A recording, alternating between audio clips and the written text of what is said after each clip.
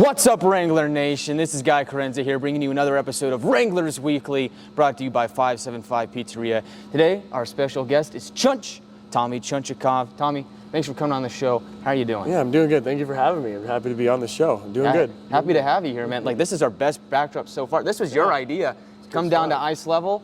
It's a sweet spot. Might be the staple for Wranglers Weekly, because it seems like it's a revolving door of where we shoot episodes every weekend. But Wranglers off to a good start this season. You guys have a winning record, took out some really tough teams.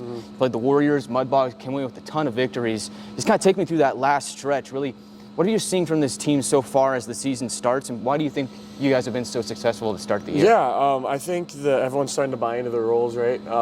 Everyone's starting to buy into the team identity and how we play. We're getting down the systems, and I think we're all, starting to play connected, and I think it's really starting to show. I think our first 10 games of the season, we were still getting used to everything, but these last 10 games, I think we're really starting to hit our stride. And these are some big games coming up, so we're really excited, and it's going to be fun.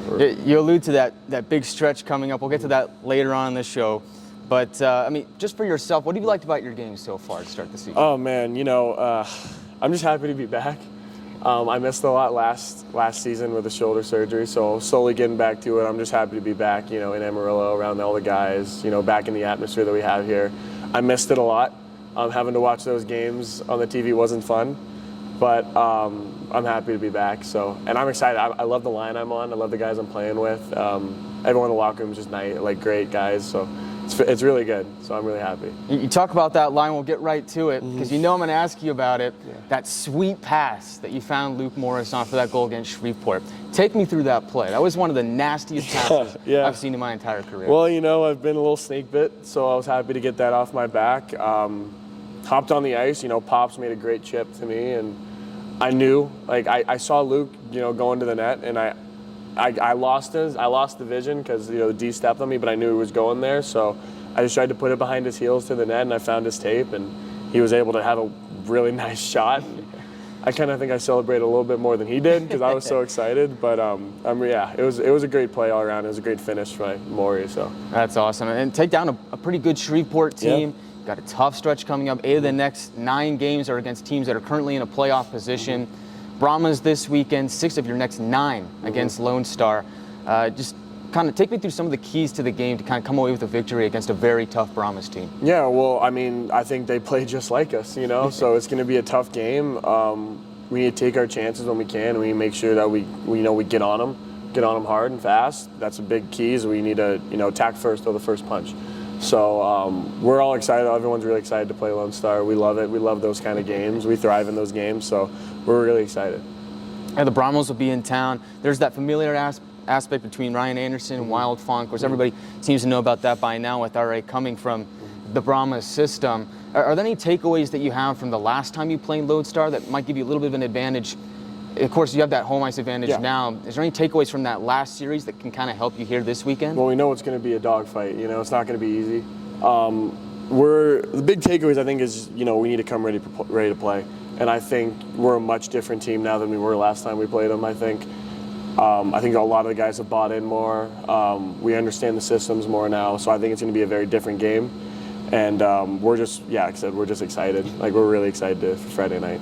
Now, so far throughout the season, history says that if it's a 1 or 2 goal game, the Wranglers are going to come away with the victory. You guys have a phenomenal record when it comes down to just those slim victories, which, to be a good team, to be a playoff team, you got to win those kinds of games.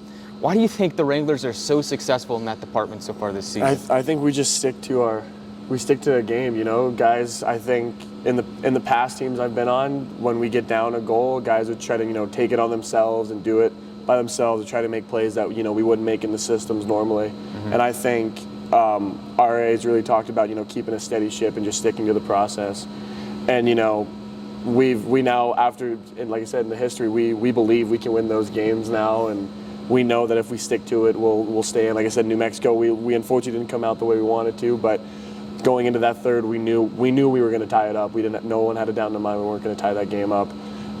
So it's really nice to have that confidence in the locker room because, like I said, it helps you play better. You talk about confidence in the locker room. This last stretch, 7-2-1 in your last 10 games, surely that confidence is built up. Get 3 out of 4 standing points against New Mexico.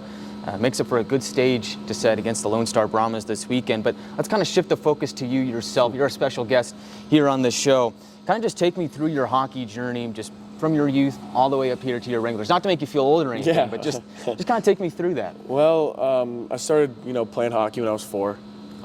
They in Nashville only had 2 rinks at the time. I played in, downtown Nashville was when I first started skating.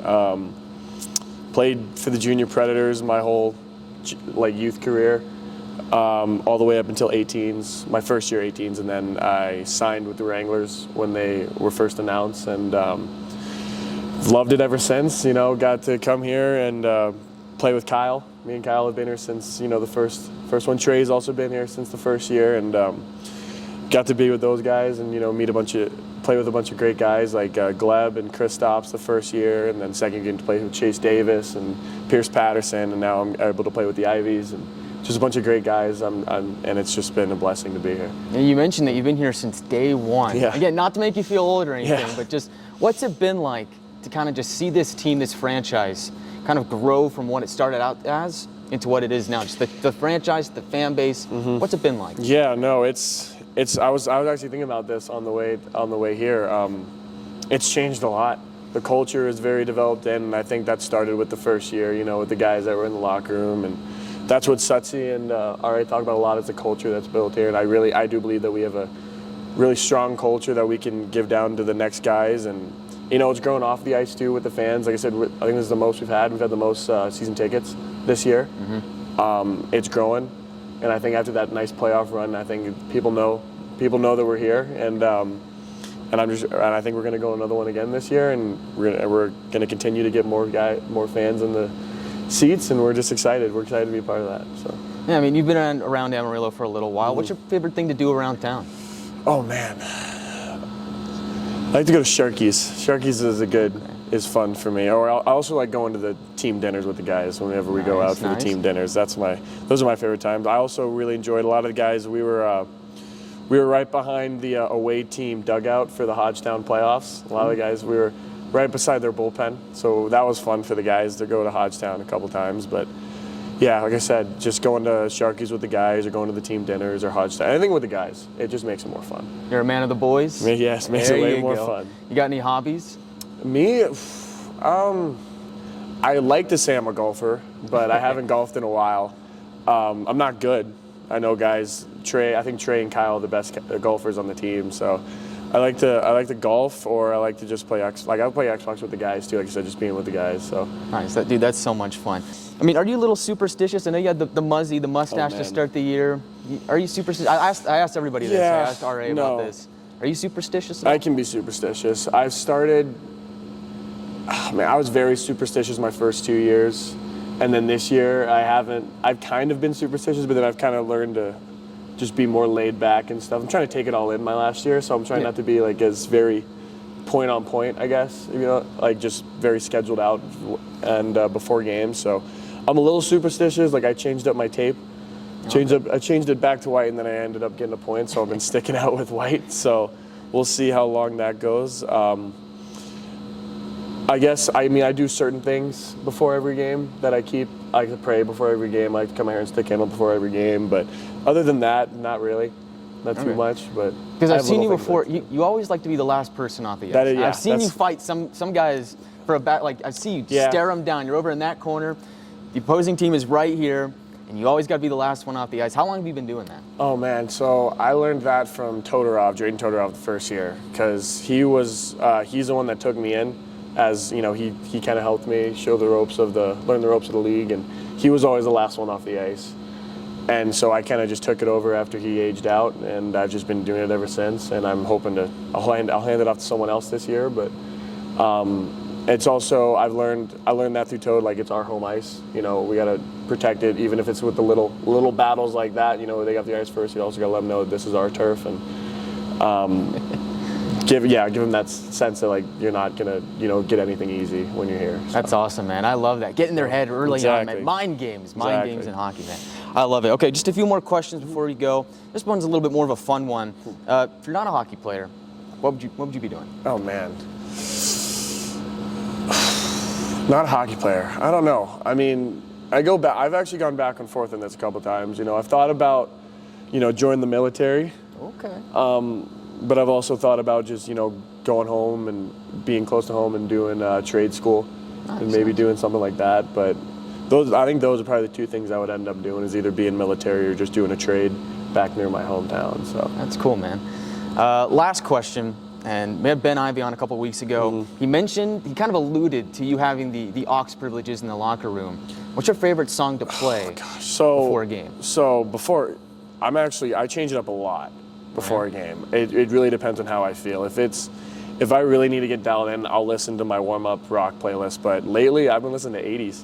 Yeah? I've listened to 80s or sometimes even country. Just like music that makes me feel good. Music that I learned that I would listen to on a normal day, because in the past, I've tended to get really anxious before games and I try to, you know, I would hold my stick too tightly. So my last year, I've just been trying, you know, listen to music that like I would any other day and just try to enjoy it, like, and just be like, it's just another game, so go out there and play like it is. But yeah, no, I listen to a lot of Journey.